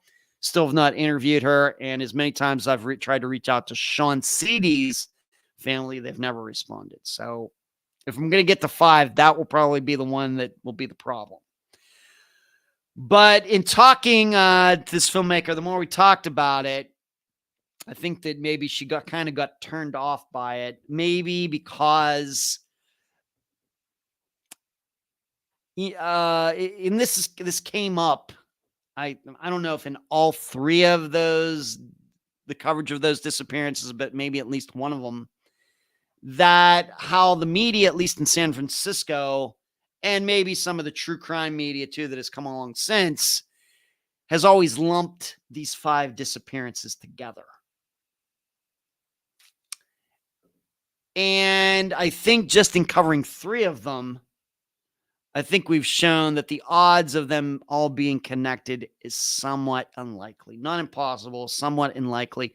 It's certainly conceivable that they're connected, but there's certainly no facts to support that. And also, as at least a couple of those guests told me, not really sure that how they really feel about all of the disappearances always being lumped together. To be honest, they love the media coverage, but I think they would prefer if reporters just, did one at a time. And because, putting them all together, it does make it sound like they're all related. And I think even the families themselves know that's probably not true. So I think when I told this young woman about that, she was like, well, maybe I should think about something else. So sometimes that happens. So we talked about maybe a couple other disappearances that might be better. And we concentrated actually on just disappearances still in California, but, kind of moved to those. And instead of, moving away from the San Francisco 5 to other California disappearances that have been featured on Unfound. And what she ends up doing, I don't know. But that's what the conversation was about. But we had a great conversation, long conversation, as I remember it. And I try to be very giving. These people want an opinion on covering a certain disappearance or that disappearance. I'm always honest with them. Always. I think of course, every one of these disappearances deserves a documentary on Netflix, but I know that's not going to happen. So when a filmmaker like that comes to me and has an idea, and then me saying so much kind of turns her off to that idea, then I think I have a responsibility maybe to pitch some other disappearances that might still work. And knowing a little bit about the filmmaker, knowing about where she's from and her experience and everything, I try to gauge it that way. Let's see what I got to catch everybody up. Hazel likes the combination of Ed on Dr. T. Me too. One of my correspondents asked me about the Samantha Murphy case in Australia that's creating quite a stir there. Familiar, apologies if it's already been discussed. It's intriguing.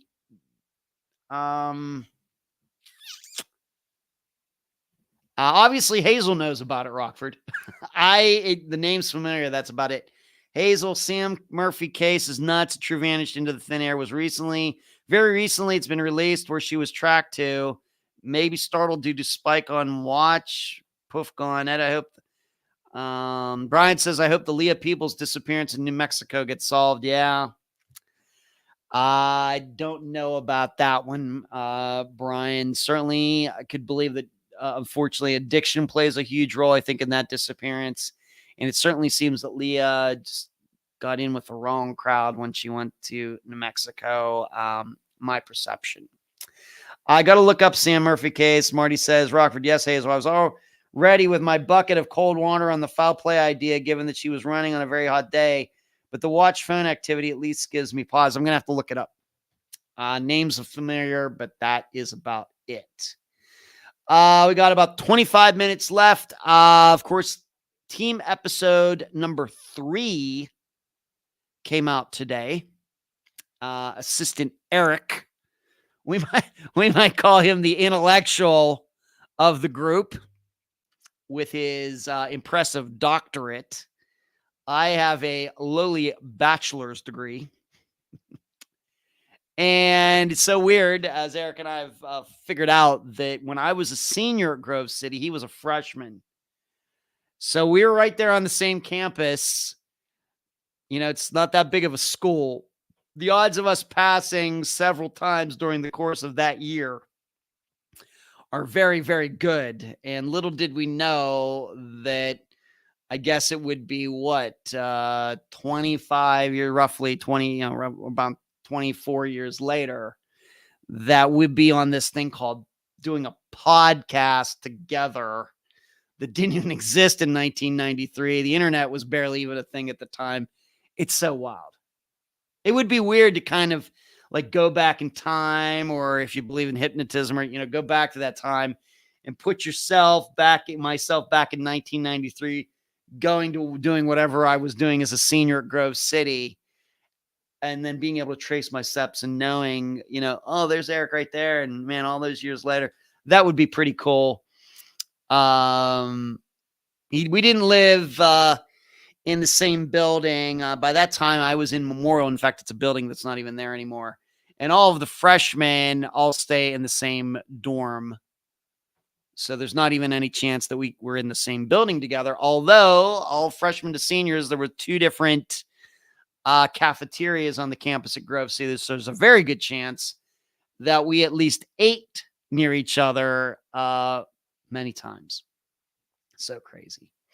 I did get another Steve Pankey letter, but I think I haven't opened it yet, and there's a couple things I want to get to. So we're just going to move that to next week. I just got it. I think it just got in the mail on Saturday.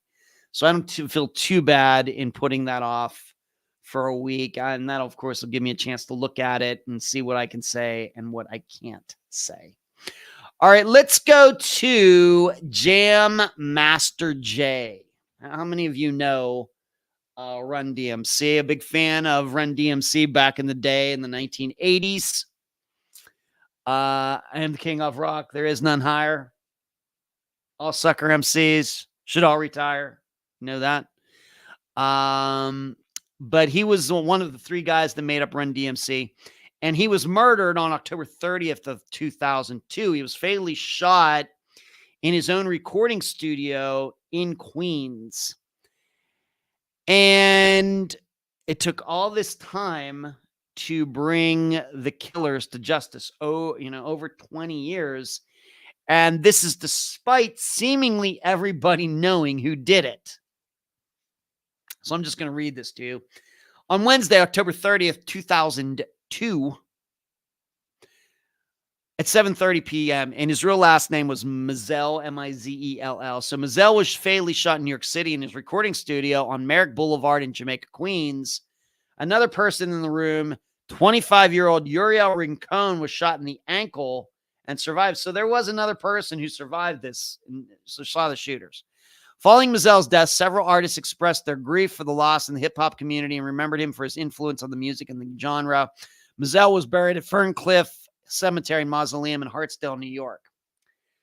Well, in 2020, so just 4 years ago, Ronald Washington and Carl Jordan Jr. were indicted for Mizell's murder, so it took 18 years. The indictment alleged that Mizell had recently acquired 10 kilos of cocaine, and 10 kilos is 22 pounds, by the way, from a distributor based in Maryland. Mizell, Washington, and Jordan had an agreement to sell the cocaine on consignment, but Mizell cut the 2 men out after a dealer objected to Washington's participation. So Mizell just kept all the money for himself. Prosecutors asserted that Jordan Jr. admitted to the crime in a conversation.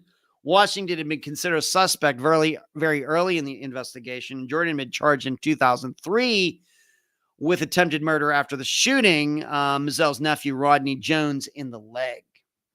Washington and Jordan pleaded not guilty in November 2021.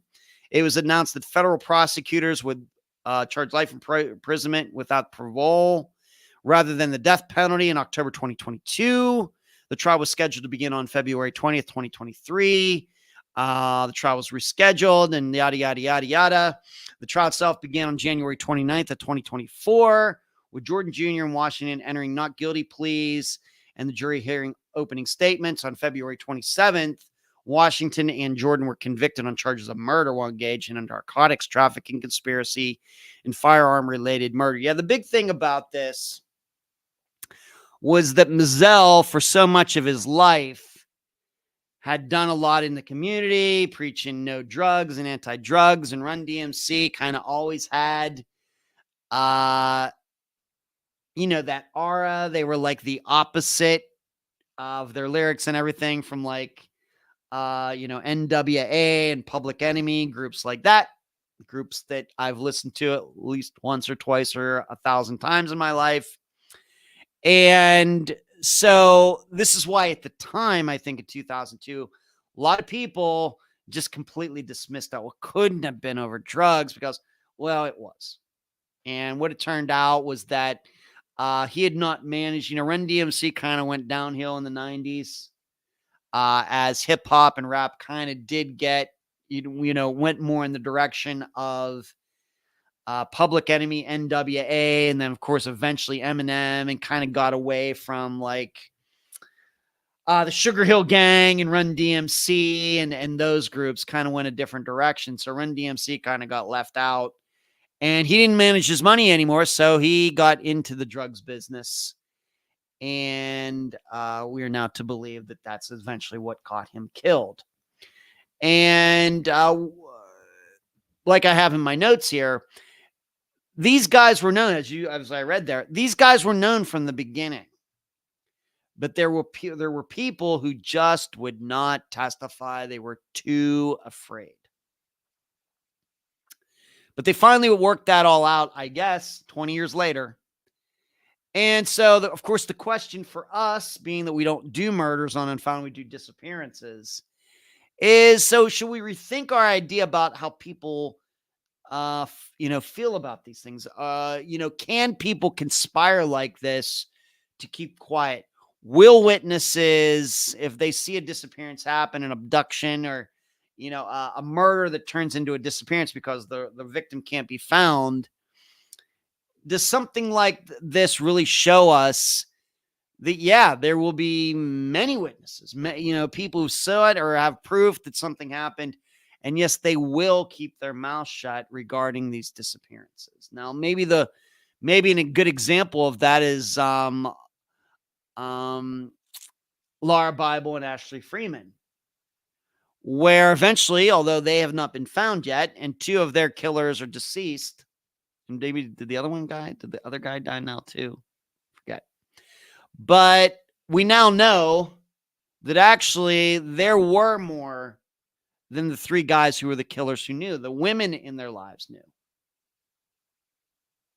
And in fact, one of the woman's cars had been used as, during this crime, that the guys had driven her car to the Freemans, shot the Freemans, took the girls, burned the trailer down. And this woman surely knew that what all this was going, because they were using her car. And you'll remember that what was an insurance card, a registration card or something, that somehow had fallen out of the car. I mean, what a clue. And it still takes 20 years. I mean, you talk about a debacle. So in that case, there were people who kept their mouth shut.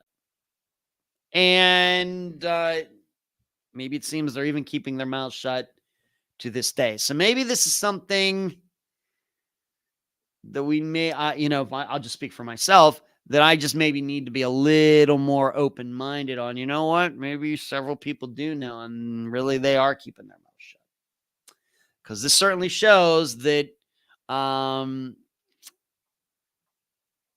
wouldn't necessarily say people were keeping their mouth shut. I mean, it seems everybody knew these guys did it, but people were not willing to come forward for all this time. Let's see what everybody is. Marty says, be listening to that tomorrow. The interview with Eric. Okay. Yeah, we can't put off Panky Hazel says. That's funny. Jam Master J, Marty. Yeah, your area of the country. Hazel likes some old hip hop. I saw the last Run DMC concert before he was killed. Wow, look at you, Marty. That's pretty cool. He was set up to be murdered. It's very sad, Jasmine says. I have to admit, the way, once again, I'm just going from Wikipedia, not an expert. Was he set up? It sounds to me like In drug deals, anything goes. But it does seem to me that he did screw these guys over. No wonder they were ticked at him. And they knew the perfect place to find him. Rapper's Delight. Love that. Love that tune, Hazel. Rock Cool Modif feels left out from your 80s rap shout out list. I mean, How You Like Me Now, Rockford. How You Like Me Now. Or The Wild Wild West. I used to live downtown, 129th Street. Right? I know these lyrics. I am a heavy metal guy now. But I listened to a lot of that stuff back when I lived in Leechburg, Pennsylvania in the mid-'80s. So I know my stuff. Insurance card, thank you, regarding Laura Bible and Ashley Freeman. Thank you, Kathy. I definitely think one day someone will talk. In almost all cases, could be 50, 60 years, someone will give it up. We just hope they live that long, Hazel, but we would hope. And Lisa says, keep singing. That's not really singing, Lisa. In fact, it's surely not rapping either. Yeah, I know not. I don't know why, but I know a lot of the lyrics to a lot of those songs. Mr. D would approve. How about what was it? Curtis Blow. These are the breaks, right? Curtis Blow. And then we have was it wasn't Rapper's Delight. What's the song that says don't push me cause I'm close to the edge. I'm trying not to lose my head. See, I know these tunes right off the top of my head. I told you. I know a lot of this stuff. Man, I am revealing some stuff tonight. Who would have thunk it? Diggable Planets. I know some Diggable Planets too. Because I'm fly like that. I'm cool like that, right? Diggable Planets, right? I'm cool like that. I'm fly like that. Yeah. I know some Diggable Planets too, Cranks 99. Man, I don't know. Man, like I said, I know what you're all thinking. Just when you think you know a host. I know. All right. Let's go to this story. This comes to us out of the great state of Texas. Grandmaster Flash. That's right. Don't push me because I'm close to the edge. I'm trying. Yeah, I love that tune. That's a spectacular song. Love it. Old school, early 80s. I'm down like that. I roll like that. Yes, that's right. Crank 99 knows. Yes, Diggable Planets. I want to talk to you about Angela Chow, Chao. This is significant, mainly because of who she is, and then maybe secondary as to what happened. And they're looking at this as a criminal investigation, even though this happened way back on February 11th. The death earlier this month of Foremost Group CEO Angela Chow, the sister-in-law of Senate Minority Leader Mitch McConnell. So this is Mitch McConnell's wife's sister. Mitch McConnell's is the minority leader when the Republicans were in the majority. He's the majority leader. He's a senator from Kentucky. And his wife is Elaine Chow. I think that she was Secretary of Transportation. Was it going way back to George W. Bush's administration, or was that in the Trump administration? I forget. But Mitch McConnell's wife was some sort of secretary position. Well, this is her sister, Angela. Well, Angela died. But this is currently under a criminal investigation. Chow, 50 years old, was found dead shortly after midnight on February 11th after being pulled out of a car that had gone into a pond on a private ranch in Johnson City, Texas, about 40 miles from Austin. This incident was not a typical accident, the Blanco County Sheriff's Office wrote in a letter to Texas Attorney General Ken Paxton on Thursday. Although the preliminary investigation indicated this was an unfortunate accident, the Sheriff's Office is still investigating this accident as a criminal matter until they have sufficient evidence to rule out criminal activity. Since Chow's death has remained the subject of a criminal probe, the Blanco County Sheriff's Public Information Officer told the Attorney General that reports 911 logs, audio and video evidence, as well as other materials should not yet be released to media outlets that are requesting them. So they're all filing FOIAs, and they're all getting turned down.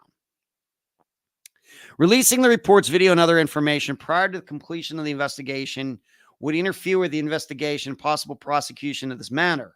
The letter did not say there was evidence the child died as a result of a crime. But the statement that Chow's death was not a typical accident and the prospect raised in the letter of a prosecution marked a shift from initial statement released days after Chow's death. The sheriff's office, in that February 16th statement, has said EMS attempted emergency measures on Miss Chow, but she succumbed from being under the water. It's not, that's weird. We're not under the water, actually in the water. Our preliminary investigation has determined this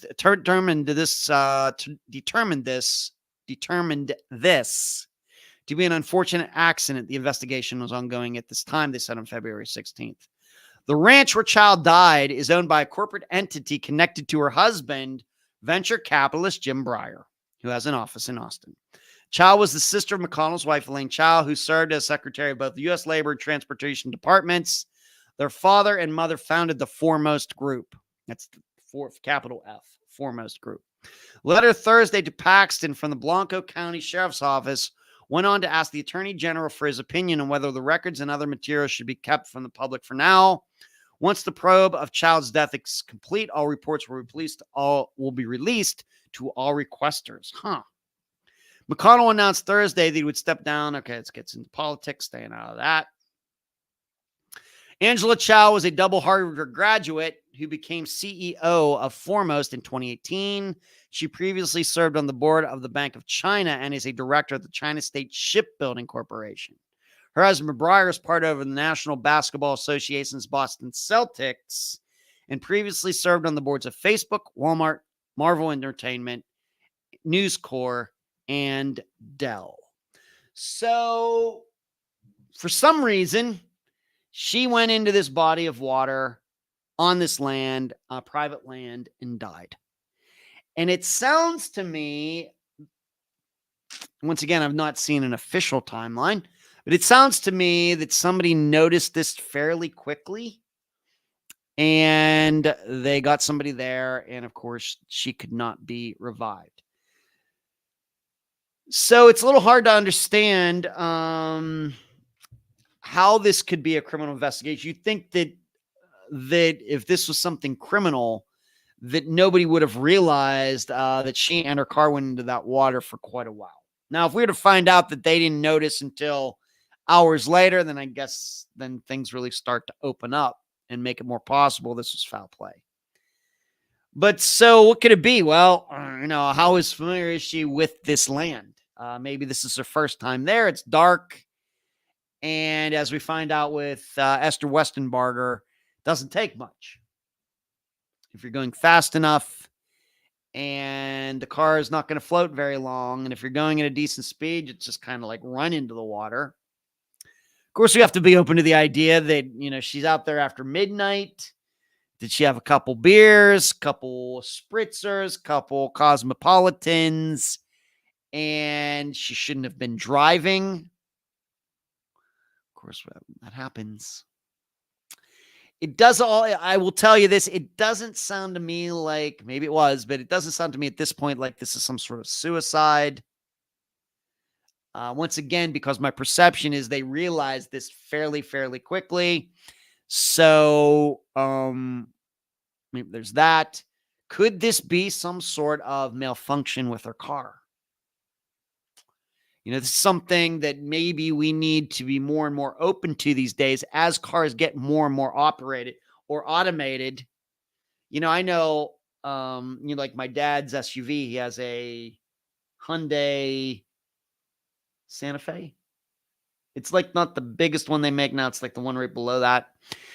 And it's a Hyundai, but it still has all that lane change stuff and, sensors on it. If you have the cruise control on, that, if it gets near really, close to another car, it'll start backing away and slowing down. All these cars have become so automated. I want you to know I hate all of it. But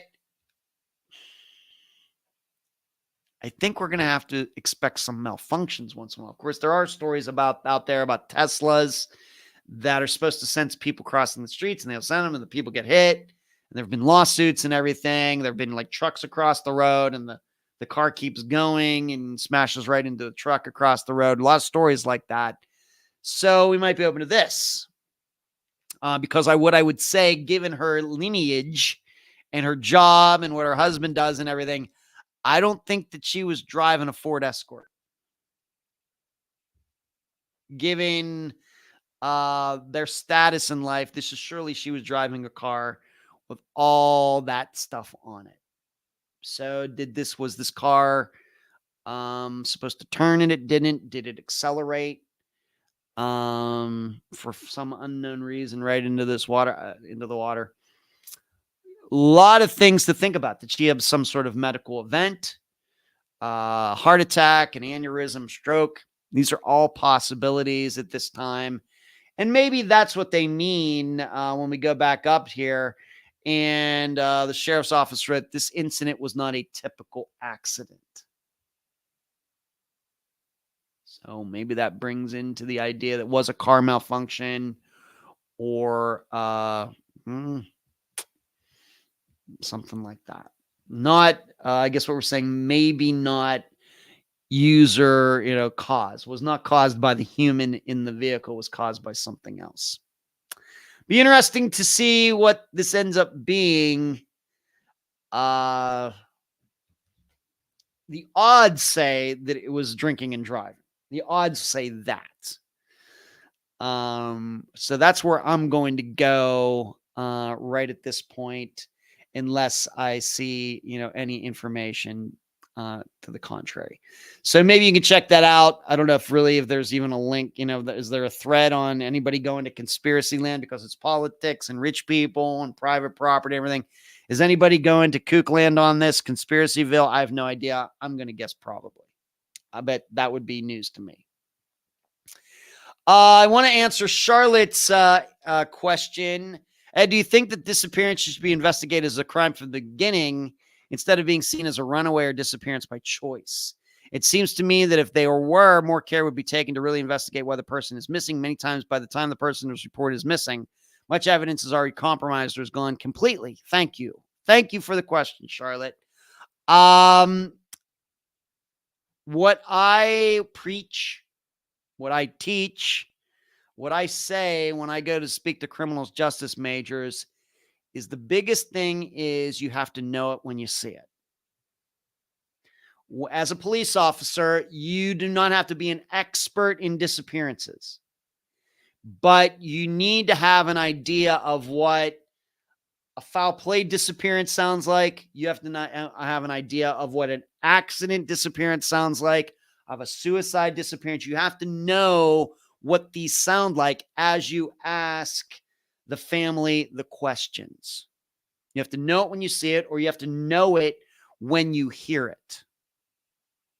And I think, it's really what I try to do with the podcast is teach these things. And I think after 325 disappearances that there's certainly ways to do that. Not easy. But there's certain ways when you get there, and okay, her name's Jane Doe and she's 28 years old and everything. There's a series of questions that you can ask that quickly can put that disappearance into, you can narrow it down. I don't know if you can get down to one category, but there's like 5 or 6 or 7 different categories of disappearances. It can certainly help things if you can narrow it down to 3 or 2. Whereas right now, what happens is nobody knows anything about these things. So every disappearance sounds the same.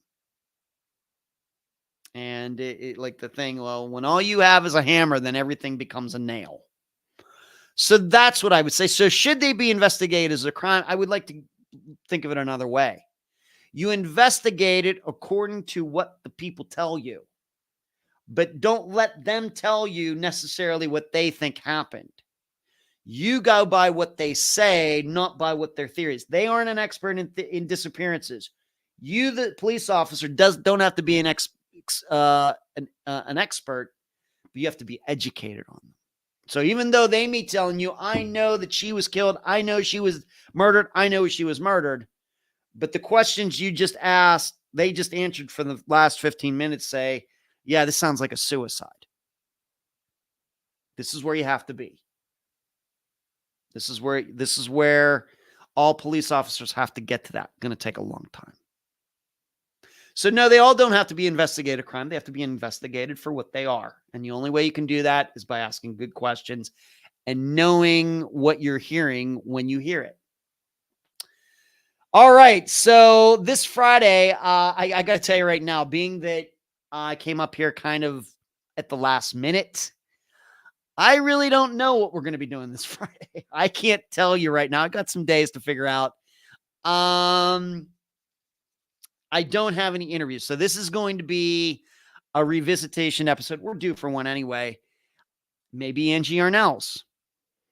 But I have to admit, when it comes to revisitations, I usually like to go back to the early episodes of like 2016, 2017. And Angie's came out in 2019. Maybe I might make an exception. It's just hard to say right now. Think I am going to be doing a couple interviews over the next week. I'm fairly hopeful of that.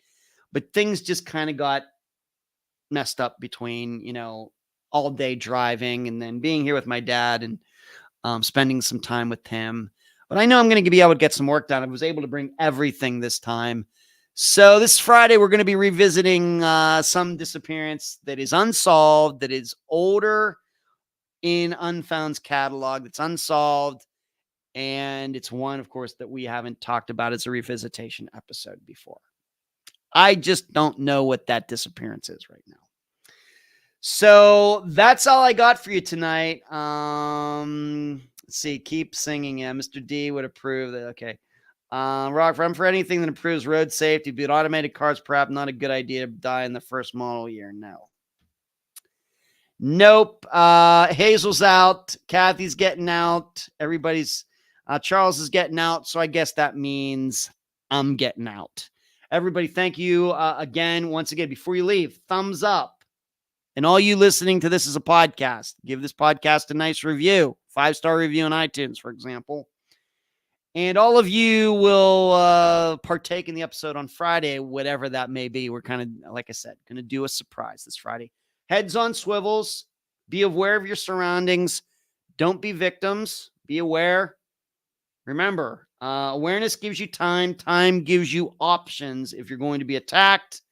And Charlie, say hi to the kids for me. Good night. Oh, and Shree, thank you for moderating tonight. Bye-bye.